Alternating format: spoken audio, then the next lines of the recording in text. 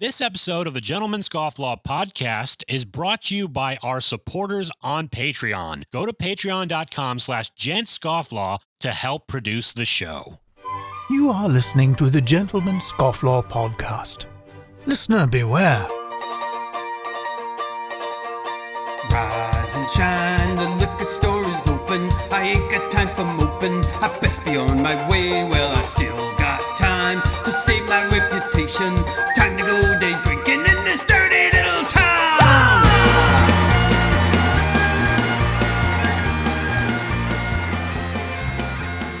Good afternoon, everybody. Welcome to the Gentleman Scofflaw podcast, the podcast for the rebel and the Renaissance man. I'm your host, Jordan Crowder. Co-hosting with me, as per usual, is the Donovan Fowler. How you doing, man? Better than I deserve. Better than you deserve. Yep. I feel like slowly over time we're going to steal that tagline from Dave Ramsey. Hey, And Dave people are gonna Ramsey be doesn't own that. We'll eclipse Dave Ramsey. Did he And that'll be- trademark it? We'll have T-shirts that say "Better than I Copyright it. deserve," I and feel he'll be like like, "They stole it." I heard somebody else say a variation of that recently, which is, but there's better than I deserve, and then, hey, how you doing? Blessed to be alive. Yeah, feeling blessed, my Blessed to be friend. How are alive. you? Yeah, if you say that around here, you get your lights punched out. No, but yeah. Anyways, I just that's how I feel these days. So Dave Ramsey, you know what? You can come at me, but Come you here, can't bruh. take down my right of self-expression. I know. Later on the show, we're going to have Phil Morgan of Missouri Meerschaum, classic old, corn cob pipe factory, which brings us to a little bit of housekeeping. What you got there, Donovan? I have some old coffee water and a little bit of Four Roses in a mug. There's something floating around in here. Oh no, that's a jeez. bubble. Never mind, it's a Terrible. bubble. This is how you know I'm not in a good place right now. Is this because what of law school has done to you? finals season is I'm like Kurt Russell in The Thing. I just want to go up to my shed and get drunk. Oh, no. Well, I have got a Mark Twain corn cob pipe Look at from that Missouri thing. Meerschaum. A brand That's new. enough to sign up for the video portion of it. Yeah. Well, get on YouTube and see the video portion. This is something else. And this is a Vermont freehand stem, custom stem. Guys should check them out if you I want know. to upgrade the stem on your corn cob pipes. They're like $20. You could pick the size, color, shape, whether you want it bent or straight or really bent, and he bends it to specifications. Kind of cool. Circumcised, uncircumcised. What's that made out of? This one's acrylic. I think I could be wrong, but they might also have a vulcanite one or something. But there's Sick. different options, I think. Or Did they're they used- used to make pipe stems out of horn and bone? yeah, that a thing? as we actually Yeah. talked about that with Phil Morgan later. Also, people. Oh, okay. Yeah, he's. Yeah, they used to make it out of bone, stems out of bone, and then they made it out of vulcanite, which is like a hardened rubber. And nowadays, you could still get pipes with that. It's yeah. kind of more like the more higher end ones are that way, but they take more maintenance than like a hard acrylic stem, Yeah. because they get all oxidized. Like you. I think the one I gave you has a refurbished vulcanite stem, but you'll see it starts to turn green over time until you moisturize it and buff it again. It's hard to say. I think. Well, I know that the stem on mine is like plastic. I'm pretty sure. Is it plastic? Well, I mean, aren't they typically like plastic? Well, they look. But it's got a. It's like a hard. Well, it's like vulcanite is hardened rubber that feels like plastic, but it's before I bet you, plastic okay. ever existed. Well, then I must be taking care of it because it's not green thus far, and I'm Irish, so that should definitely apply. I've always, what I love about the pipe that you gave me is how it's got the metal insert. Oh yeah, the little as opposed to stinger, they just call it.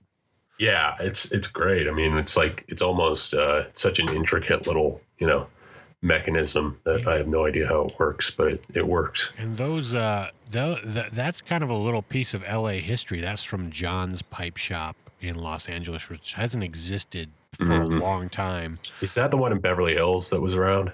I think it was actually down in Hollywood when I looked. There's a whole web page dedicated to John's Pipe Shop where you could like read the history of it. But I found it at a antique store in Santa Clarita, and then had it restored over at Briarville in I don't know where they're based, but they do that. They go ahead and refurbish old pipes.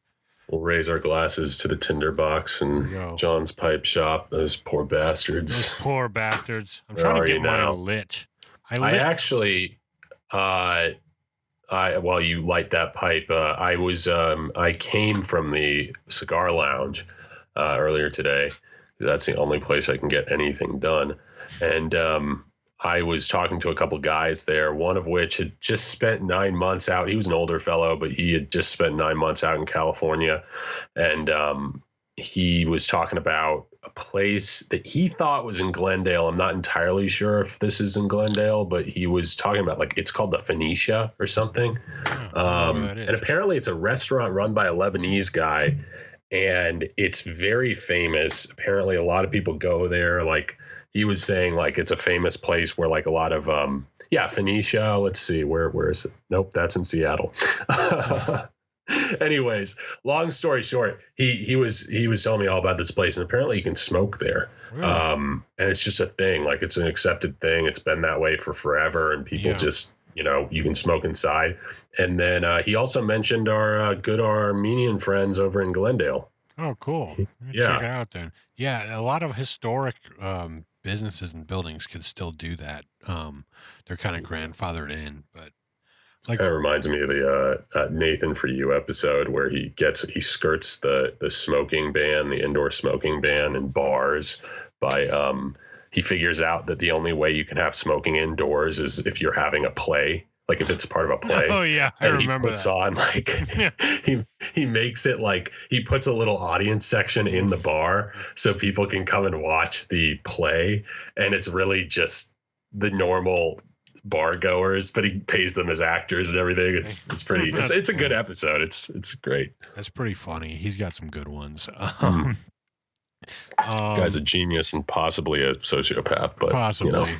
I have a friend that works as an editor. Actually, you know him, that has been around him quite a bit at like parties and stuff because there's some crossover in the comedy world. And he says he still can't figure him out, even just talking to him in person in real life. I've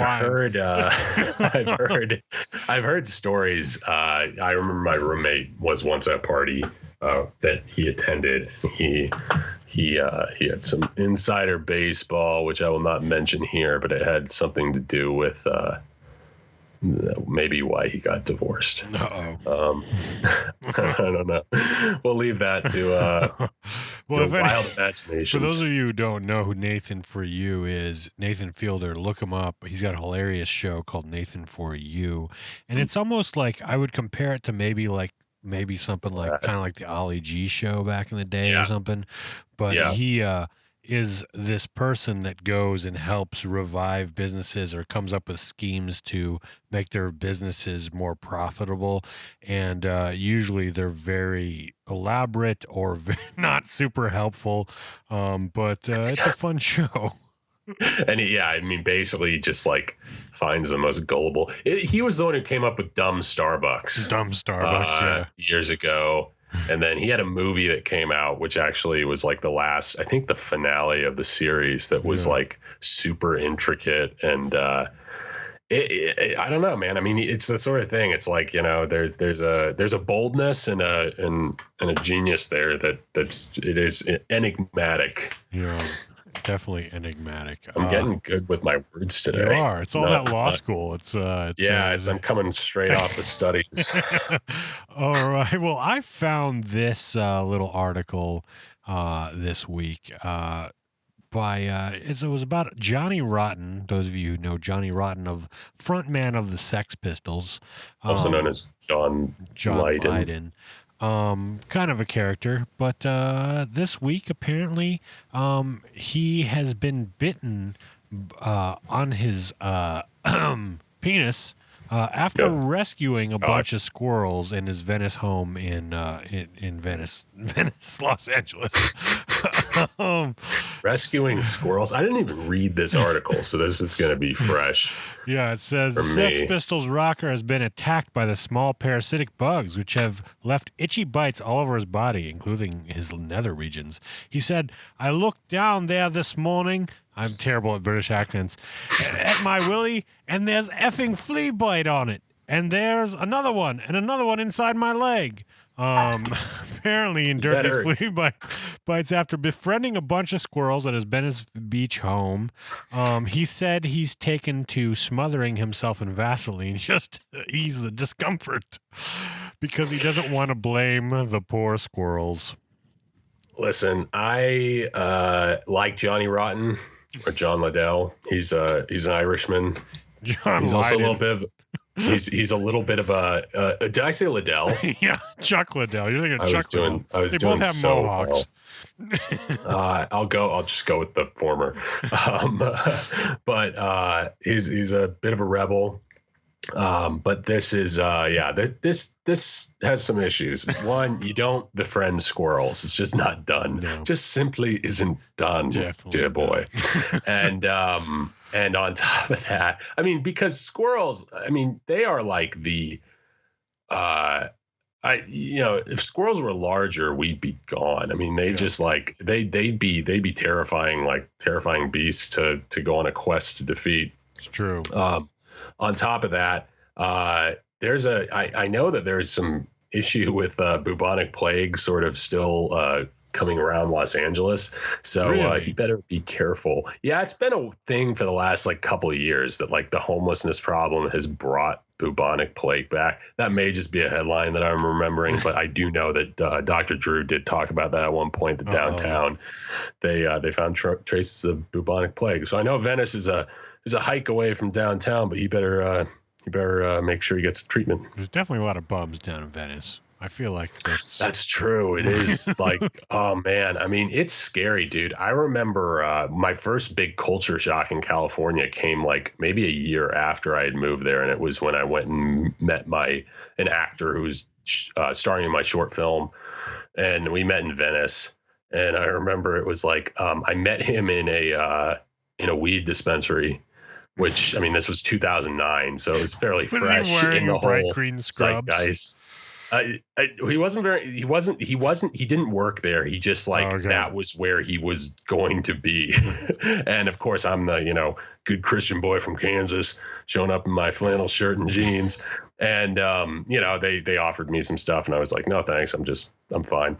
And he came up and was like, yeah, I'm suffering from a bit of a cold. I just took a wheatgrass shot and I'm feeling way better. And I was just like, wow, this is a weird place. But yeah, a lot of crazies around Venice. Very, very frightening place at night. Yes, it is. And I didn't mean to call them bums. I know that's politically incorrect to say bums these days, but what do we I prefer that the unhomed. I prefer to call them undesirables.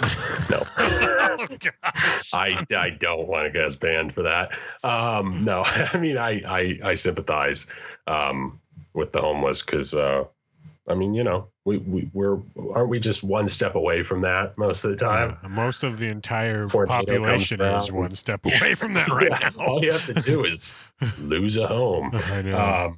But no, it is crazy place, Venice. Well, I saw this other article I thought was very interesting, and it's basically research of the most searched for Thanksgiving side dish in every state. So I guess they looked at Google searches for side dishes in each state, and I thought it was pretty interesting. I wanted to see what we could look at our states and see what we think. What do you think the most popular one would be in Kansas? I was just going to try to guess this. So let's see. At my house, we have stuffing. We do have cranberry sauce. So that was never a huge thing here in my house. But we do have it. We have mashed potatoes. Mashed potatoes may actually kind of be maybe biased, but I almost think there's so many Irish in the Kansas City area, or they're used to, that mashed potatoes may be that. I may also be slightly racist when I say that. But so stuffing, mashed potatoes, then we have whatever, yams, and then I'm just gonna go ahead and say stuffing. Maybe. All right. That seems to be a thing that people. Okay, so what we have here is Kansas is sweet potato. Sweet potato. Sweet okay, so potato. I had to close the first time I was guessing. Sweet potato. Okay, yeah. See that? Yeah. So It's a yam, right? I just heard I don't know. I just heard like a weird clicking. I wasn't sure what that was, but yeah, sorry about that. Is it is it Vlad? It might be Vlad. he's like, I Is that heard the you guy? talking Is about that- cornbread. I didn't see him this year, so I Yeah. Yeah, he's always a pain in the ass. I'm gonna see the predator like walk up behind you and you're gonna die, and I'm gonna have to take over the show. It's gonna be terrible. So I'm trying to find my. So if I were guessing of my home, my adopted home state of Texas, I would say it's some kind of dessert, and I haven't looked at this yet. So so I would say maybe pecan pie might be a thing. Okay, that's a good guess. So I'm waiting for I was this gonna to say load, Texas toast, and but, we'll see. All right. So no, I was wrong. It said cornbread dressing. Oh, that's interesting. Yeah. Huh. That makes sense. I don't know that I've never had before. cornbread dressing. Of course, Washington D.C. is duck confit. Oh my gosh, those elitist pricks and their duck confit. This is America, right? I thought you were Like, calling it's the Washington, duck something at D.C.. first, and I was like, duck confit. No, Okay. I just know because there was a period, there was a chapter in my life where I was going to a lot of bougie places. I was going on a lot of dates in 2015, and I was going to like the bougie places in LA because I thought it would impress the lady folk. And I remember I kept calling it duck confit, and eventually one of the waiters corrected me in front of my date. And let's just say in front of your date, he didn't pull you aside and be like, "Look, it's called confit." Listen, bro, it's duck confit. Yeah. You know, like that's always one of those things. Like growing up in Quebec, you speak French there, and so there's a lot of words that you like know the words in French, and I just say them, and it's like this. My brother does this too, but people think you're being like elitist, but it has nothing to do with that. It's the only way you've learned to say them, which is ironic because I've heard that. I mean, this is not. I'm not. This is no dig at Quebecois, but I've heard that the Quebec dialect is actually like sort of looked upon. It's very looked down in France. Yeah. Like they look down on it as sort of like kind of the way that we would look down at like maybe a Southern dialect as being a little bit more unrefined. Yeah. Definitely. I guess depending on where you come from, maybe the Florida Panhandle. Yeah, and there's definitely like really country Quebec sound, and then there's more kind of like middle of the road international kind of sound. But it's definitely different from France. But in a way too, they kind of think of them as kind of like as their cute younger cousins. Like a lot of the time where it's like, oh, that's cute. They don't know how to talk. Aren't they cute? There's nothing worse.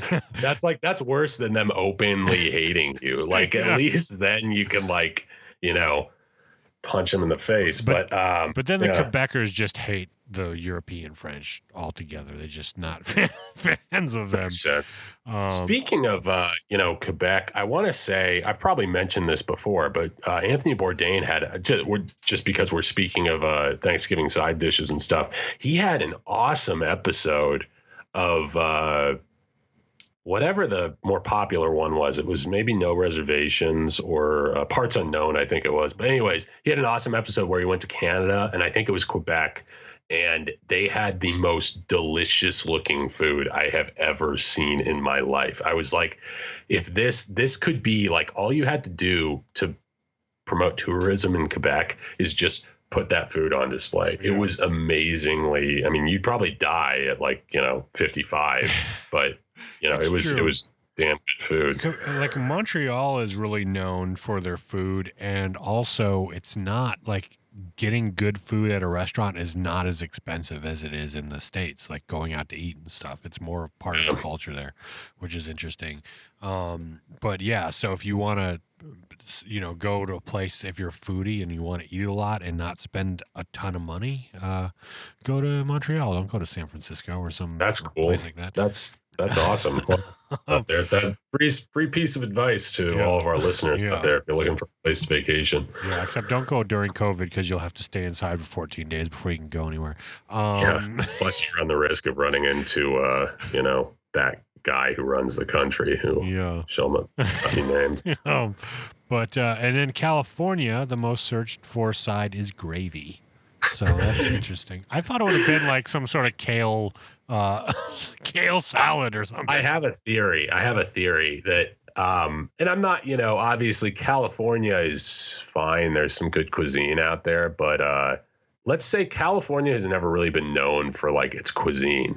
I mean, maybe like San Francisco for its sourdough bread, but like LA especially is not known for anything in particular other than just being kind of trendy. I feel like it might be known for its Asian cuisine because it's the jumping off point to the Orient here. Well, so a lot of sushi and they don't count here because it's Thanksgiving, Jordan. So please leave them out of it. No, but my overall point is that it may be that like most of the food in California, or like most people in California, may not know how to really properly season a thing, and maybe that's why you need the gravy.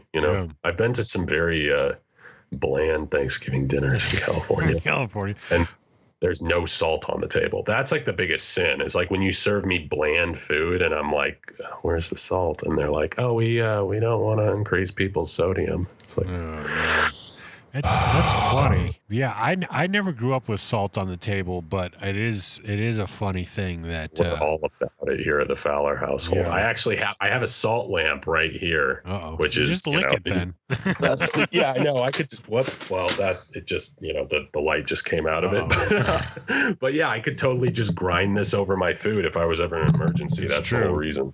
At one point, salt was very valuable. Back it was Romans. Well, that's where salary comes from, right? Yeah, Romans, would pay the soldiers in salt. All right, we'll take a quick break, and we're going to be back with Phil Morgan of Missouri Meerschaum. Gentlemen, I want to take a quick moment to tell you about the new ugly Christmas sweatshirts now available in our Gentleman Scofflaw store.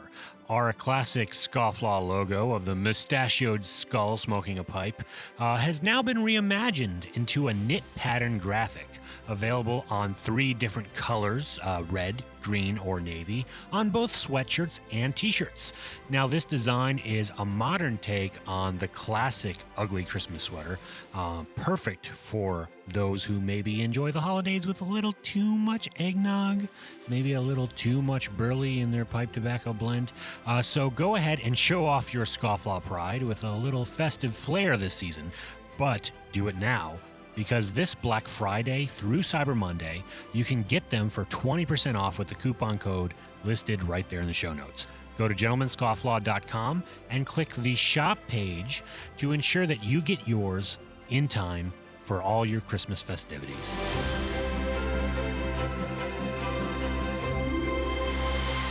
All right, I'm really excited to have this guest. Been a fan of the product for years, but it's fun to talk to the man in charge here. We've got Phil Morgan, general manager over at Missouri Meerschaum. Thanks for joining us, Phil. Oh, well, Jordan, thanks for having me. I appreciate it. The first pipe I ever smoked was a Missouri Meerschaum pipes, and we could talk about that a little bit. But I'd love to our listeners who don't know you to know a little bit about your background. So, give us the origin story of Phil Morgan. Yeah. Well, that goes way back. No, as far as my story with Missouri Meerschaum, is my background, my professional background is I'm a CPA and, have been for years. And like a lot of CPAs, I got out of public accounting off into industry, and just through a series of different industries, got to the point where I was actually retired for a few years. And my wife and I were sitting at home one night, and I was looking at the classifieds in the paper. And I said, Pat, you won't believe it. There's an ad in the paper for the general manager of a corncob pipe company. And I said, how often are you going to get a chance to manage a corncob pipe company, and how hard can it be? And those are my famous last words. That's been 11 years ago now, so those are my famous last words about that. So, but that's kind of how I ended up here. And I was. Some people say, well, when did you not start smoking a pipe until you got here? And I think, like a lot of guys in college, especially whenever I was in college, was when a lot of people were reading Tolkien and Lord of the Rings. And, and I was too. And I started smoking a pipe then, and did smoked it off and on for years. And then, but obviously once I got here to Missouri Meerschaum, I'm kind of a dedicated pipe smoker. I love cigars too, but pipe and cigar smoker basically. So that's awesome. I just got into pipes, I'd say about 5 years ago, and the first pipe I ever smoked was a Missouri Meerschaum, Washington cob, and I had bought it several years before as a prop for a video, because I come from a sketch comedy background and we needed a pipe, and I bought it at a CVS,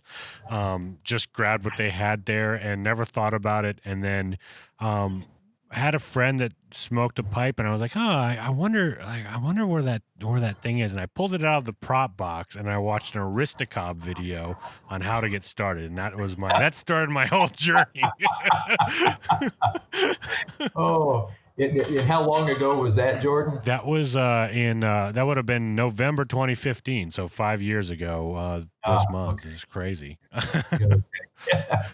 Well, that's those videos that Scott Mark with Aristocob does, has for pipe, showing people how to smoke a pipe and all different kinds of things. Man, those are really good videos, and I highly recommend those for anybody who's either starting out or if you're having a problem, with smoking too. Yeah, for sure.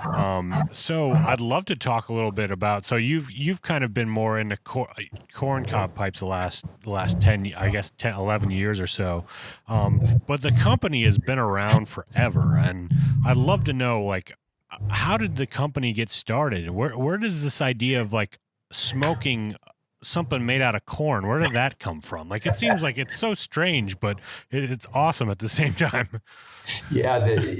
Corn cobs are, as I'm finding out, corn cobs over the years have really been a real versatile material for a variety of different things.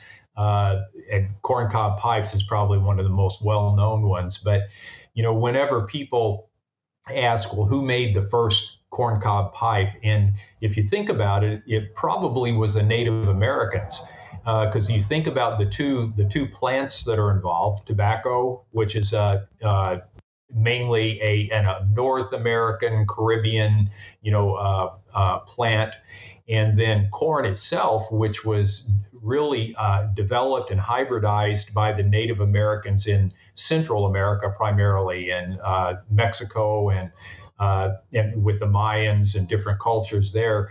And they had been growing corn and hybridizing it for, over 2,000 years, probably closer to 5,000 years. Oh, wow. And so they're the ones that actually developed a plant that we now call corn.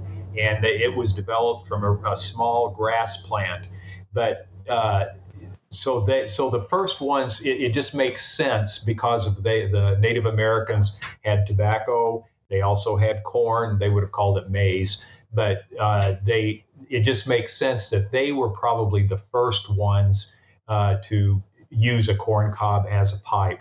And but as far as commercial made corn cob pipes, the legend here about how that came about is that either a trapper or a farmer in this area, where Washington, Missouri is just west of St. Louis, about an hour west of St. Louis, almost in mid-Missouri, but and the Missouri River is right here. Our plant, literally right behind me, is the Missouri River. Oh, wow. So that either a trapper or a farmer, came down or up the Missouri River and had whittled his own corncob pipe, and he stopped at this small business here in Washington that was a wood turner named Henry Tibby, and Henry Tibby was from Holland. He had immigrated from Holland, and he was a wood turner. So this farmer or trapper came in and asked Mr. Tibby, "Hey, is there any possibility you could make a corncob pipe on your wood lathe?"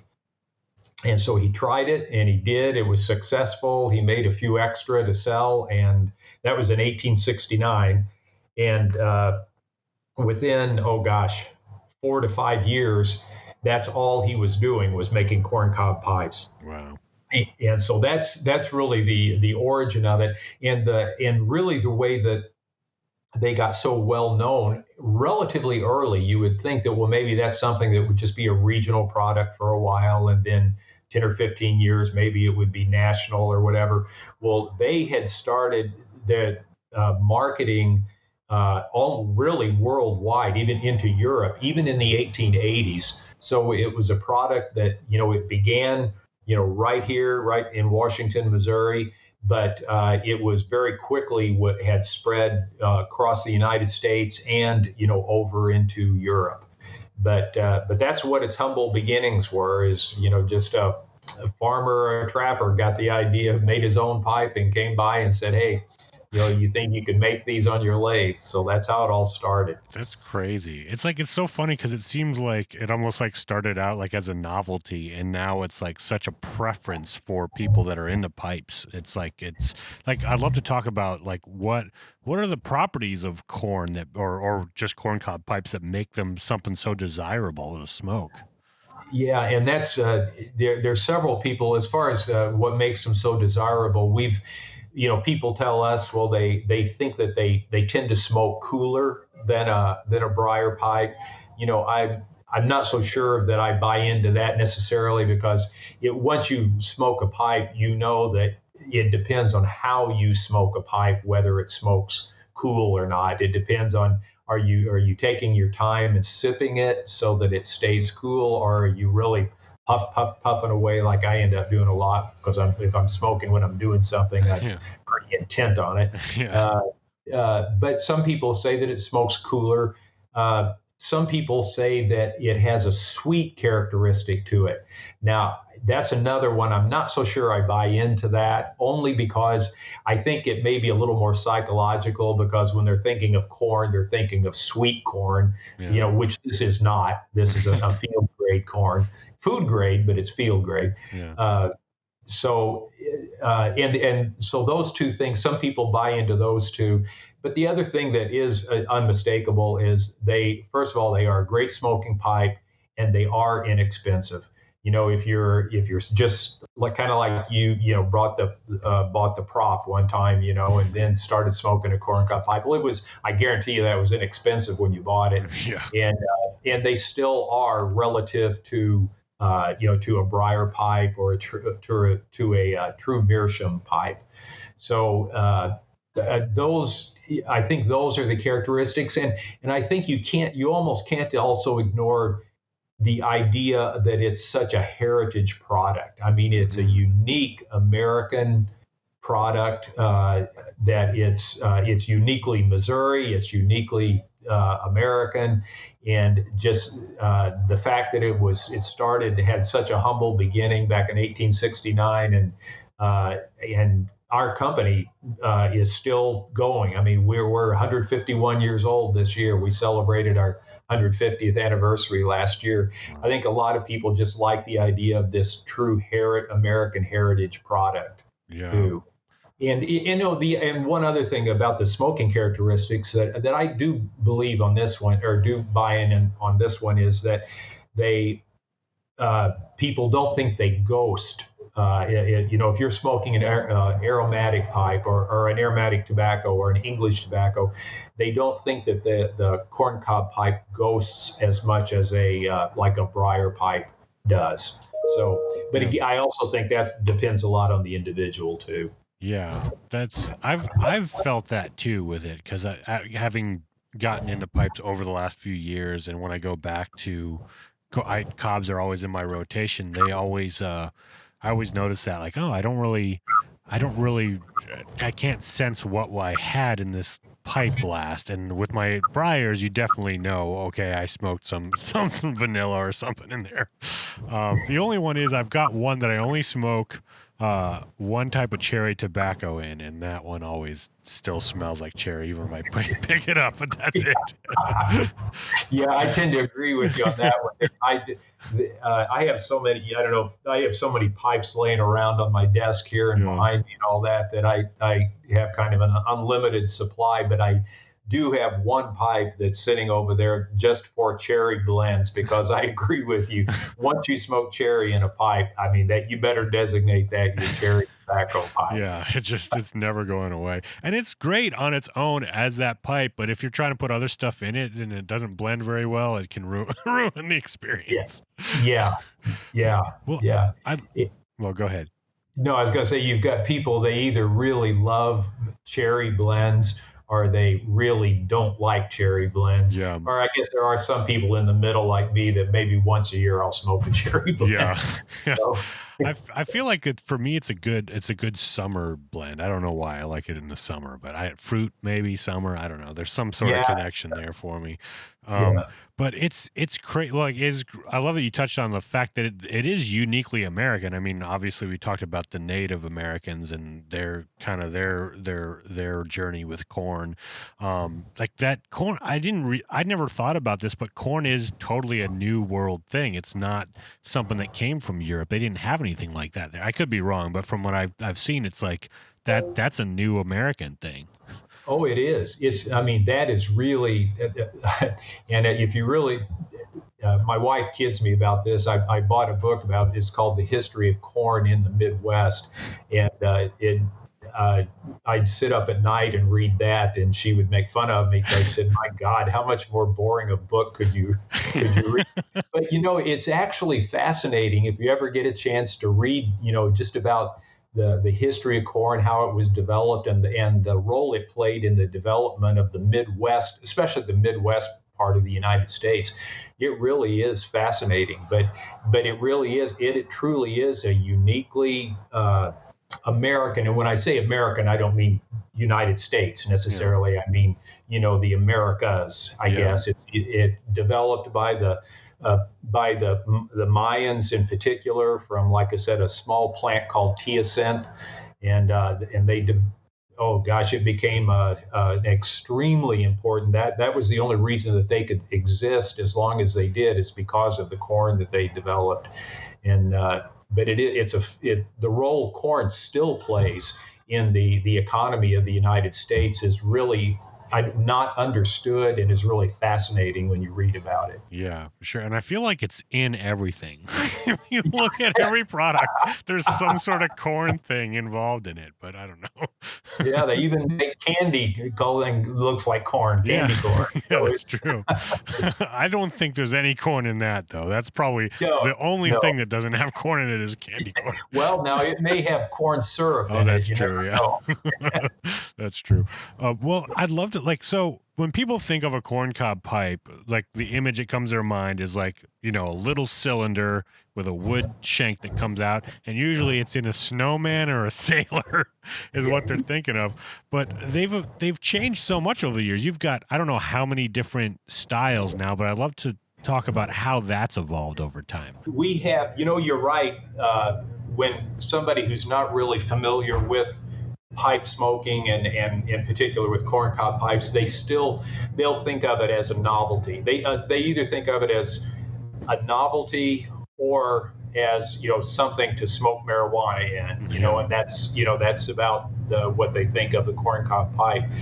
But it, our pipes range all the way from the little miniature pipes they just talked about, all the way up to like the Macarthur pipes and the freehand pipes.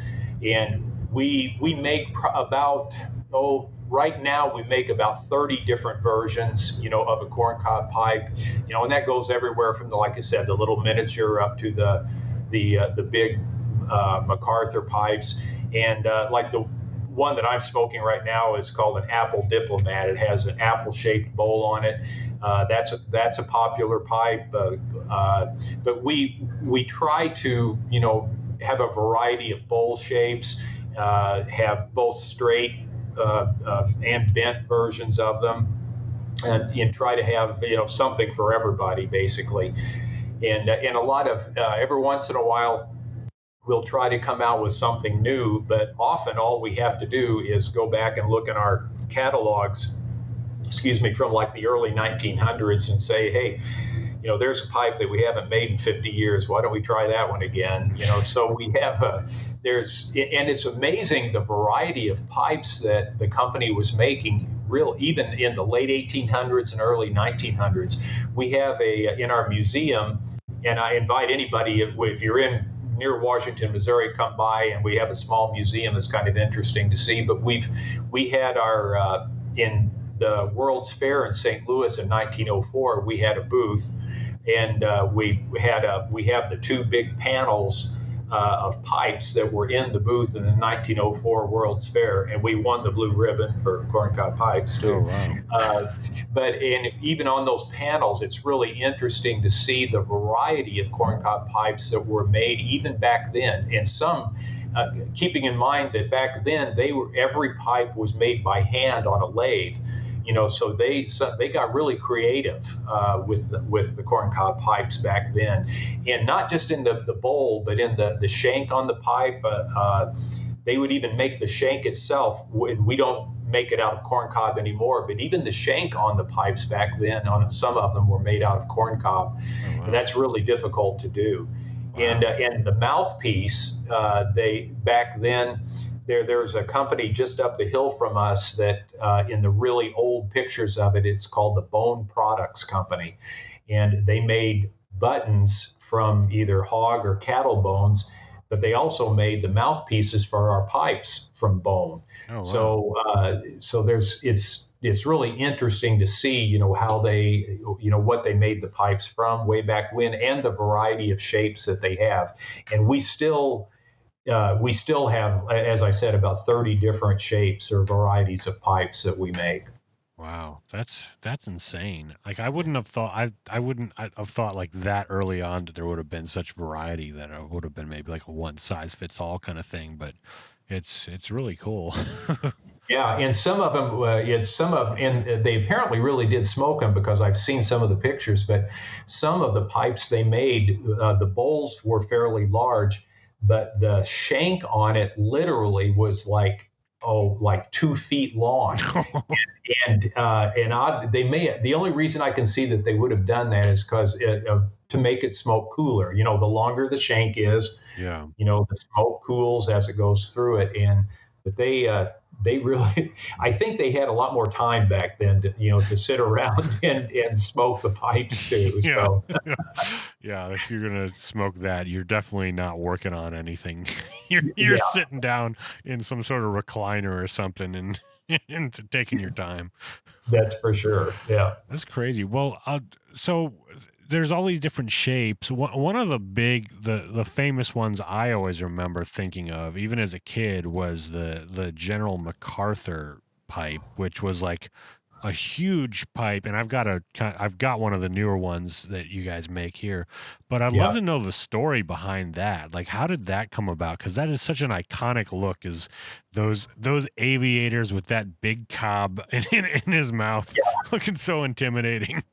Oh yeah, it definitely was. And anybody that knows anything or has read anything about Macarthur knows, he was a great general. But he also was, there's a little bit of politician in him and a little bit of photo op in him and all that. So, and that's what that particular pipe, whenever you see him in some of his iconic poses with his hands on his hips or whatever, and got that big pipe in his mouth. Well, that was a lot for photo ops, because we have pictures of him here where he's smoking a lot smaller, regular sized pipe.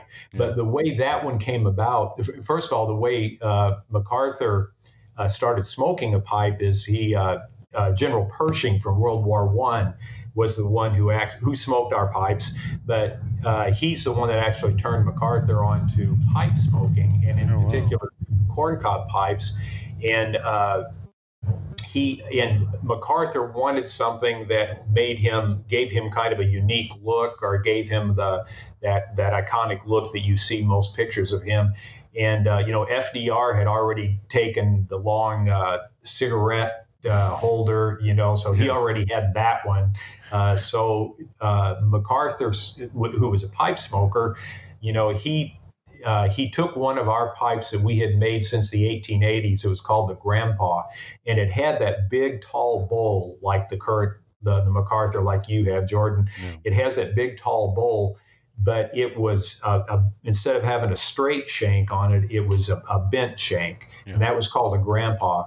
And the shank entered the bowl at the very bottom of it, so you had a really deep bowl. Wow. And I think what happened is Macarthur got one of those and didn't like how deep the bowl was, basically. So he said, hey, raise that shank up so it enters a little above halfway. Keep the bowl as tall as it is, but raise the shank up on it to enter a little above halfway, and then keep it natural. Don't coat it with anything. Just keep it natural, and put that long shank on it.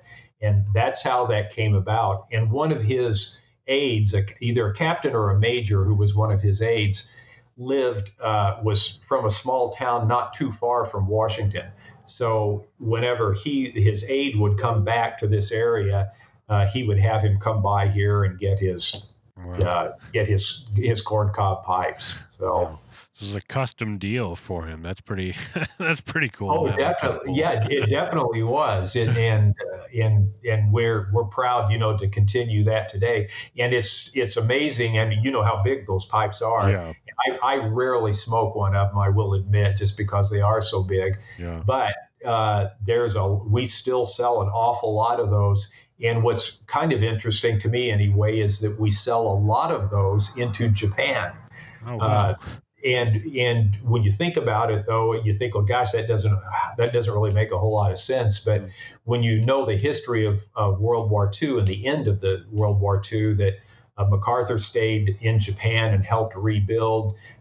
He was instrumental in keeping the emperor from being tried for war crimes and executed. So Macarthur is viewed as somewhat of he's viewed fondly, especially among the older Japanese. So, so we still we sell a lot of corncob pipes, especially the Macarthur, into Japan. Wow, that's crazy. Yeah, that is a monster smoker. Like, I think I've smoked it twice probably, because it took me like 2 hours to get through the first two bowls. But it's fun. It's always, especially when we have like a men's like pipe night at our church or something, that's the one I'll bring out, because I know I'll be sitting around for a couple hours and it's like a good conversation piece. Well, and it's a conversation piece. It'll draw attention to your pipe. Definitely. That's crazy. Well, I'd love to know about the process of how these pipes are made today, because they seem definitely, they're not complex pipes, but they're definitely more complex than probably what they were on, when they were first made on a lathe. It seems like there's a lot of craftsmanship in the way that these look and are made, I would assume. Yeah, there are, and but that craftsmanship, though, I think there was just as much craftsmanship even from day one. Oh, wow. Like I said, if you'd see the panel from the World's Fair that we have here and see the craftsmanship in those, it's amazing. Yeah. But whenever people sometimes ask, well, where does your process start? In making a corncob pipe. Well, I say, the first thing you do is plant the corn, because that really is, and a lot of people don't realize that we grow our own corn. We don't buy our cobs from other farmers. And we did years ago, late 1800s, early 1900s, even into maybe the 1950s. What we would do is give the local farmers this metal ring, and tell them, hey, once you've shelled your corn, if that cob will not fit through the ring, then it's big enough for us to buy from you to make a corn cob pipe. So we didn't have to grow our own corn then. Wow. But as modern farming practices developed, where especially the harvesting, if you see a modern combine go through a field now, it picks the ear of corn, shells it, and then grinds the cob back up and puts it back out on the field. Well, obviously that doesn't work for us. Yeah. So we had to harvest the corn ourselves, and the variety of corn that we have. Ideally, the corn the diameter is big. It doesn't have to be real long necessarily, but the diameter needs to be big. And most farmers, they don't want a cob that's really thick and heavy, because what it can tend, like in a windstorm, it can tend to cause the corn to blow over. So most the field corn that's grown now is the cobs are very skinny. They're full of grain, but they're really skinny, and not any type of corn that we could use to make our pipes. So we have, not only do we grow the corn, but we have our own variety just for making corn cob pipes. And back before it was politically incorrect to deal with anything with tobacco, the University of Missouri helped us develop a hybrid corn from these old open pollinated types of varieties of corn from way back when. Wow. They helped us develop this hybrid that produces a cob that is big in diameter, and the other part that is really important to us is, the center of the cob is the pith. That's the soft part it's real soft, and you can just push anything through it. But the next part of the cob is actually called the woody ring. And that woody ring, once you let a cob dry, that woody ring literally is as hard as wood.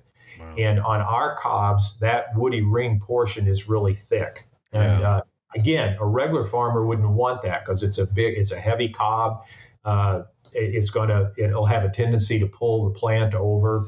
So we grow, we have our own variety of corn. We grow our own corn. We have a 150-acre field across the river in the Missouri River bottoms, where we grow it. So the process really starts there. Grow the corn. Once we harvest it, we shell it and sell the grain. The grain, it's food grade. It either gets used for animal feed, for corn meal for humans, or my favorite, used to make whiskey. So it's, and we do sell it to some local distilleries, some of them anyway, to make whiskey. So we sell the grain and then bring the cobs over here to the plant and store them up on the third floor for 2 years, just to let them dry. And literally just stored in big mounds. They're not, and then a cob will keep, as long as it's not wet, it'll keep forever. So we let them dry for 2 years up there, and then once the cob's dry enough, then we bring them down into the plant and saw them into sections, and then then either put them on a lathe. Still, probably at least 50%, maybe even more now, of our pipes still are literally made by hand on a lathe. Wow. That's crazy. So that's kind of the process. And then, the bowl, once the bowl is shaped, then we coat it most of them we coat with plaster, just plain old plaster of Paris, just like the first was done in 1869, and then put a little coating of lacquer on it, and then drill the shank hole, and then take it into the assembly area, and they assemble it. So that's kind of in a nutshell the process. Wow, that's crazy. That's crazy that they're still, a lot of them are made by hand, and it feels like that when because I'll have two of the same model side by side, and they're clearly different pipes, because it's a natural made of a natural material, but it's cool the variety in all of them. Oh yeah, because like you said, each corn cob itself is a little different. Yeah. And then each, when you make them by hand on a lathe, and like you said, you put them side by side. I mean, you could tell it's the same model, same design, but there'll be some variation, from one to the other. Yeah, that's crazy. Yeah, because if you were going to get a briar pipe like that, like handmade on a lathe or whatever, you just spend a few $100 on something like that. Yeah. Yeah. And that's what's amazing when people come through the plant and they just have no idea how much handwork there is in making this humble little corncob pipe. There's and the guys that do it, the guys and girls, the men and women that in the plant that make it, I mean, they're proud of what they do. They know they're making this American heritage product that's been made for 150 plus years, and I make them aware of how popular the pipes are. That hey, you think you're just making this inexpensive corncob pipe, but these pipes mean a lot to the pipe smokers out there. For a lot of different reasons. Either it was the first pipe they smoked. They're inexpensive, so they can get several of them. They've got their rotation right there. So, but I try to make them aware, and they know how important these pipes, the role these pipes play in the pipe smoking community. Yeah, definitely. Well, it's crazy that like you kind of touched on kind of like the idea of things being politically incorrect related to tobacco nowadays. It's not something that's super desirable, and that the pipes and cigars and stuff have gotten lumped into some of the really, all the cigarette smoking and all that stuff that we know was terrible for your health. But have you seen, in terms of corncob pipes, like is there a new interest in recent times of people in on it? Like or is it, do you find that you mostly have people that are from an older era that are buying and using corncob pipes? We get asked that question quite a bit, and it's interesting to see if you go to a pipe club or a pipe show, or even to a trade show where there's cigars and pipes. Yeah. There's the demographic ranges all the way from the young guys in their 20s all the way up to the older guys in their 70s and 80s, and there's still that demographic, that broad range of demographic is still there. You would think that it would be skewed, as you just mentioned, up toward the older guys. But I would say in the last 6 years, we've seen a definite resurgence in pipe smoking in younger guys. Yeah. And when I say younger guys, I'm talking in 20 to 40, in that age range. And I think it's for a variety of reasons. But one of the main reasons I think is that it's kind of a social thing to do. Now, sure, a lot of us, including me, I'll sit at home by myself reading a book and smoke a pipe. But you also get together at your pipe club meetings, whether it's virtually or whether it's in person. And talk about your pipes, talk about your different tobaccos. And to me, that's what's so great about the hobby. And I think that's what's attractive to a lot of people is the variety of pipes is just amazing. And not just corncob, briar, meerschaum, the clay, the whole thing. And then the variety of tobacco is almost infinite.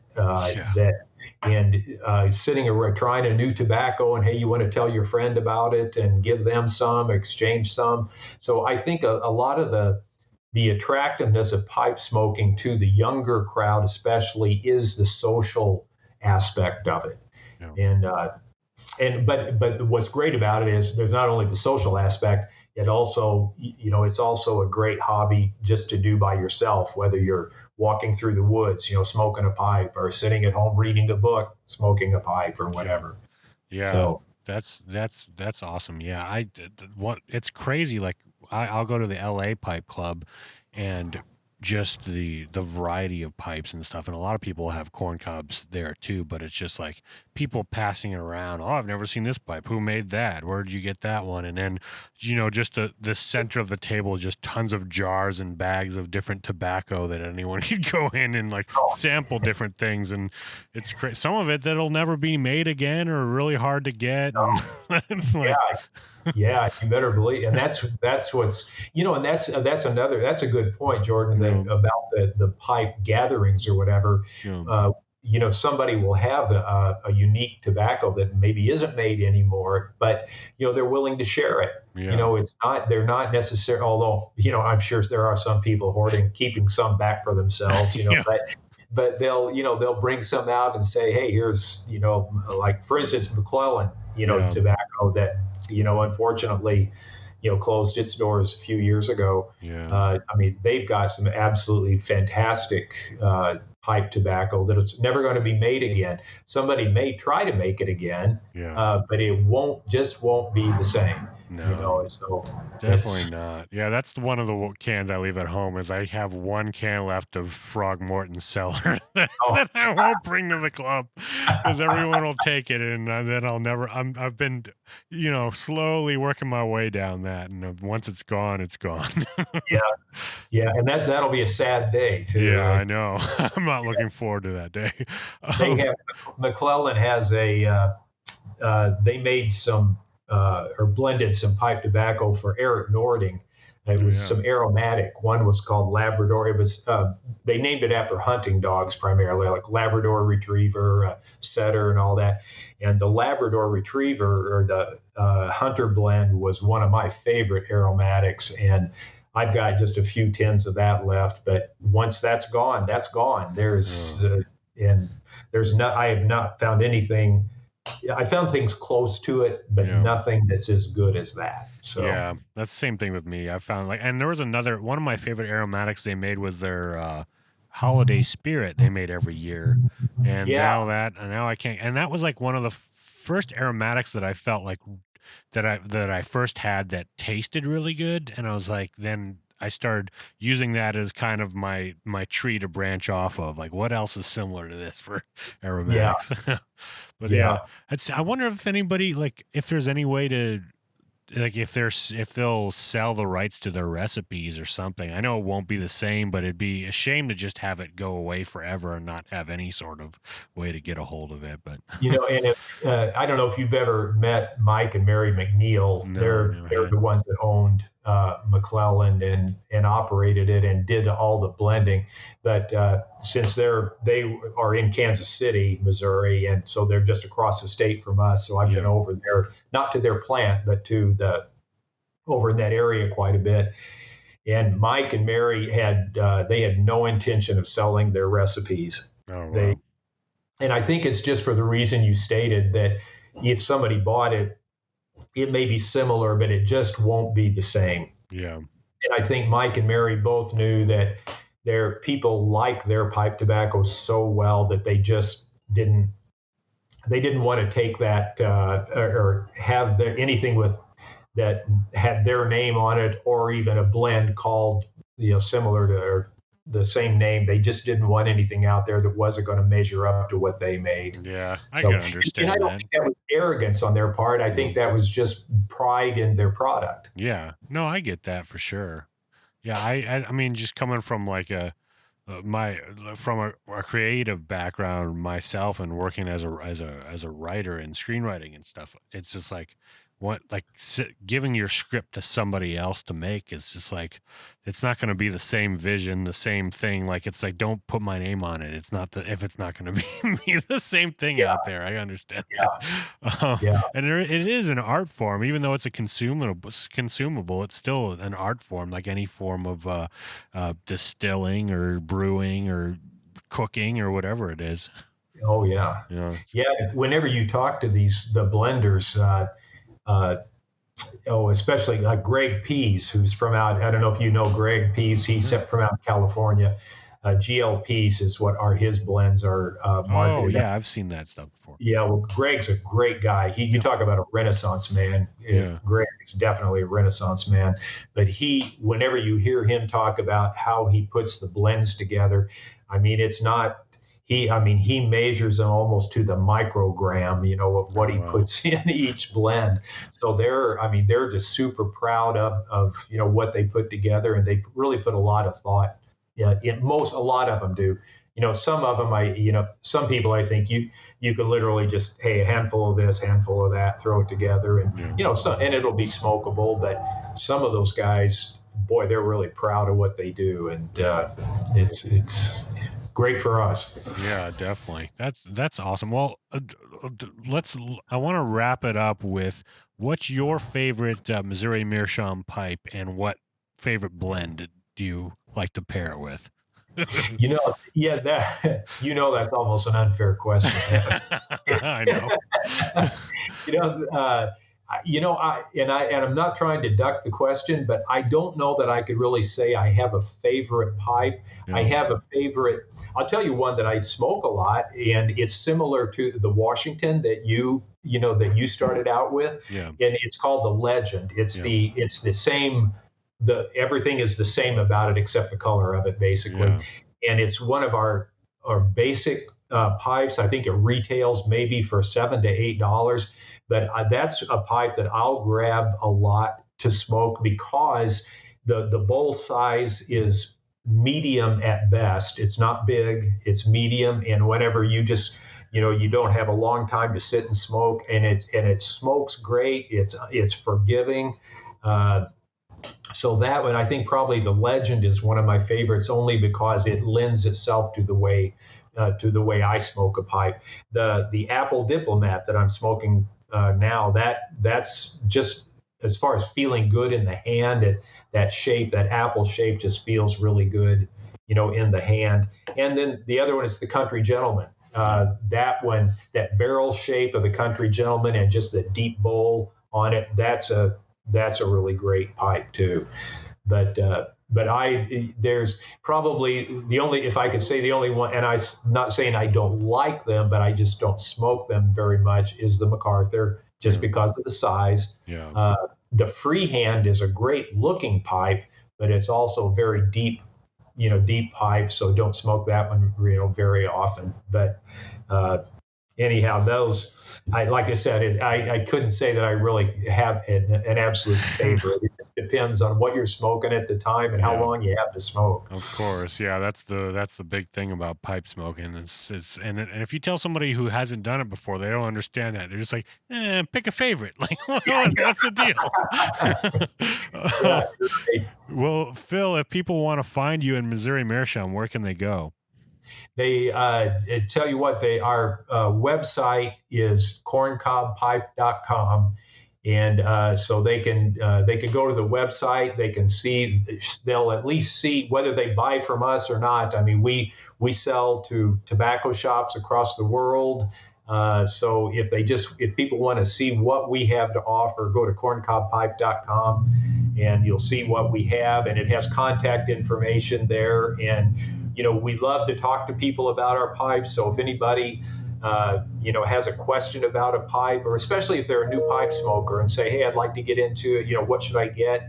I mean, gosh, we'd love to talk to them. We're not a big company by any means, but we've got, 3 or 4 people in the office, and, all of us can talk pipes and are happy to talk to people. So. That's awesome. Well, thanks so much, Phil, for doing this. We'll love to have you back on in the future, and you have a good, happy Thanksgiving. Yeah, same to you, Jordan. Stay safe out there too. Thank you. You too.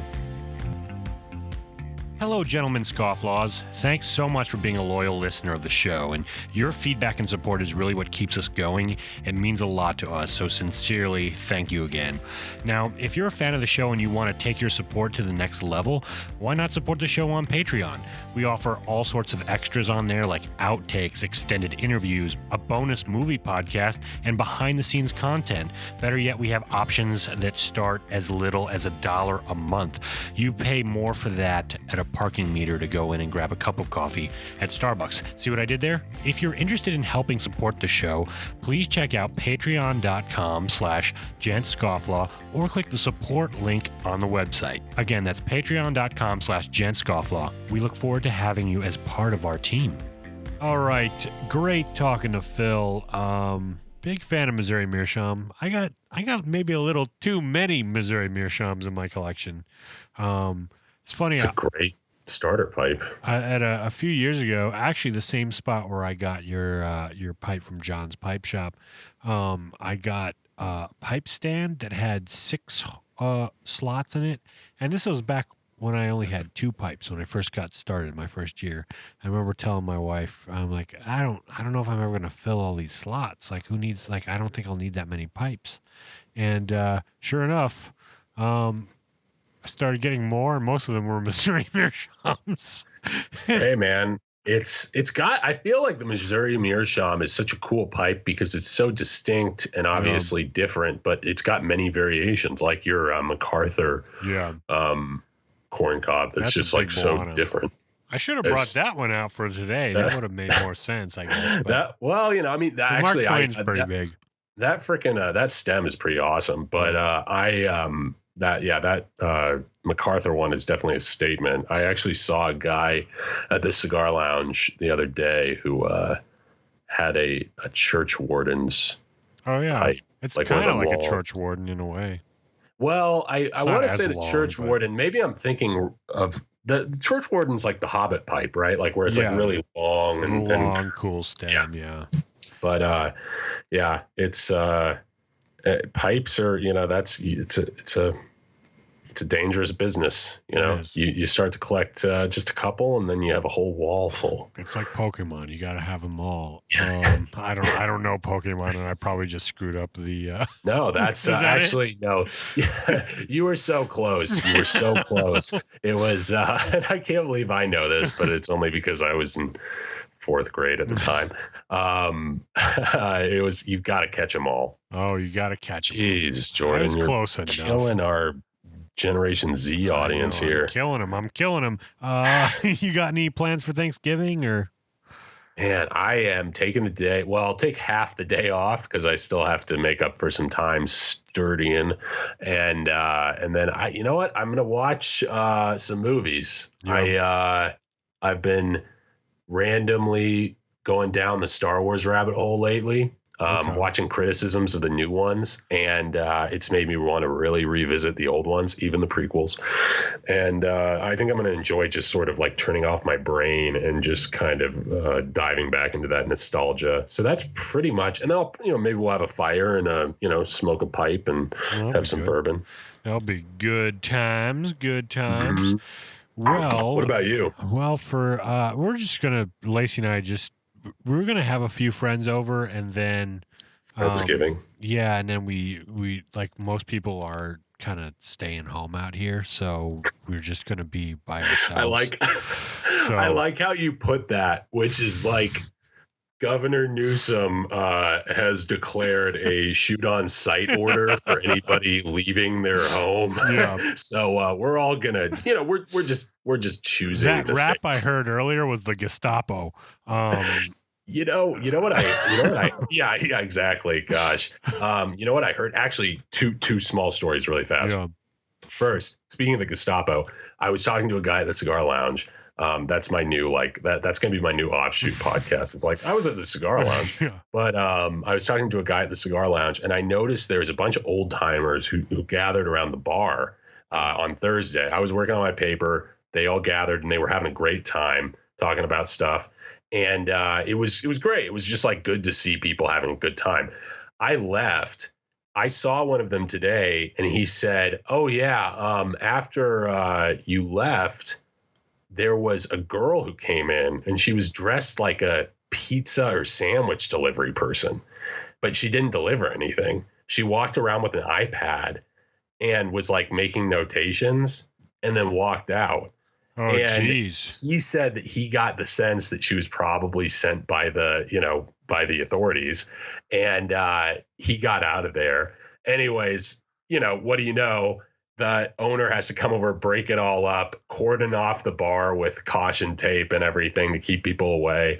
And it was just like, gosh, spies everywhere. Oh, no. And then the other thing was I saw a tweet the other day saying that Newsom had decreed a ban on 10-pound turkeys. So they were going around to stores and picking up the 10-pound turkeys so that you couldn't have like more than. No, it was a joke. Oh, but I literally thought it was like, that like it was a Babylon Bee article or something? it wasn't Babylon Bee, but it was like some sort of satire where they were saying like Governor Newsom has declared, ban on 10-pound turkeys. Authorities are going around and picking up the 10-pound turkeys so as to limit gathering sizes. And anybody who's already bought one, they're working with stores to figure out so that we can make sure that there's no, not more than, so many people. And I read it and I was like, oh, this is fake, but it feels so real. Yeah. It was just such a weird moment of like, I should laugh, but I feel like crying. Anyways. Oh yeah. Yeah, it's crazy that's all going on. But it's like most people that are having Thanksgiving, they're spending time with their families. It's like out of all the people you're going to spend time with, those would be the people you'd like you'd want to interact with. Yeah, you'd want to get COVID from. But you're right. I mean, well, this has been the whole thing from the start. I mean, we're not going to turn this thing into a political show. Yeah. But I mean, it's, ultimately, it's like, I feel like you have to be careful because, I mean, people need social interaction. Yeah. And if you're keeping people away from their families, especially around this time of year, it's depressing, man. I mean, it's like it's not good. And meanwhile, you have good old pretty boy Newsom out there going to whatever dinner party he freaking wants to without a mask, not social distancing. And it's just like rules for thee and not for me. And as scofflaws, I take offense. I do too. And I feel I take off my Chiefs hat to you all in California for having to deal with it because I would not have the patience. I don't have the patience. Quick question though, so the governor of California's name is Gavin. Yeah. Right? Why don't they just call him the Governor? The Governor. How come that hasn't caught on? Because, well, you only get a nickname like that, like the Governor, if you actually have a reputation of being a badass and not like, Justin Trudeau from the West Side. You're from the West into the, country. Yeah. It's that's why he doesn't have a nickname like that. All right. If you want to follow us, you can go ahead to gentlemanscofflaw.com and click all the social links on there. There's the links for all the places you could watch or listen to our podcast. Follow us on social media at Gent Scofflaw. Also, follow us on Instagram because we're going to have a really good holiday Christmas. I don't know why I said holiday. I guess because it's not Christmas yet. I mean, I feel like when we're in this zone, it's the holiday season, not like Christmas season. Holiday giveaway coming up with a lot of cool stuff in there. But you got to be following on Instagram to find out about that. So be sure to go over there and do that. Also, we have a little Christmas sweater action on our Teespring account going up in the next couple of days. Scofflaw Ugly Christmas sweatshirt. So that's something you want to check out. Also, you could check out our T-shirts, all of our stuff we've got on there. We even got gaiters now. That's a new thing. Another gator. Give me that shovel. Apparently, they might ban gators, so you might as well get them. I don't know if that's true. Apparently, the gators are so fun. They're so badass looking. That's the thing is individualists tend to wear gaiters, and I don't think that the governor likes that. It's like a banana hammock versus a diaper. Like, come on, people. Or as Zach called it, a face girdle. or Spanx for your face. But yeah, go ahead and we've got our masks and gaiters. If you have to wear them out there, you might as well get one that's funny and cool. That looks like our logo, a statement, which is a skeleton with a mustache smoking a pipe. We've got American flag, kind of a patriotic version. We've got a subdued American flag version. We've got just the wooden version, like our logo, and then we've also got the bandana version. So kind of has a little bit of a motorcycle gang kind of feel. So whatever you want. For all those Hell's Angels out there who love the show. Exactly. Them and the Mongols. Yeah. Oh, geez. We probably have a lot of Hell's Angel listeners. I wouldn't be surprised. I'm sure they'll come after me tonight and be like, Why didn't you think that we'd be interested in your show? Why are you profiling us? Why are you profiling us? We listen to podcasts too. We've got a lot of time on the road. They beat me to death. All right. Donovan, you have a happy Thanksgiving, and you are a gentleman and a scofflaw, my friend. And a happy Thanksgiving to you as well. And stay classy, people. Thank you very much, man. And you guys have a great Thanksgiving week. This has been the Gentleman Scofflaw Podcast. Follow us on Twitter, Facebook, and Instagram. Subscribe on iTunes or your favorite podcatcher. Visit us on the interwebs at gentlemanscofflaw.com. Captain says his ice on the river. We ain't getting home if we don't break through. So damn cold, I can't help but shiver. Rise and shine, we got work to do. Hey!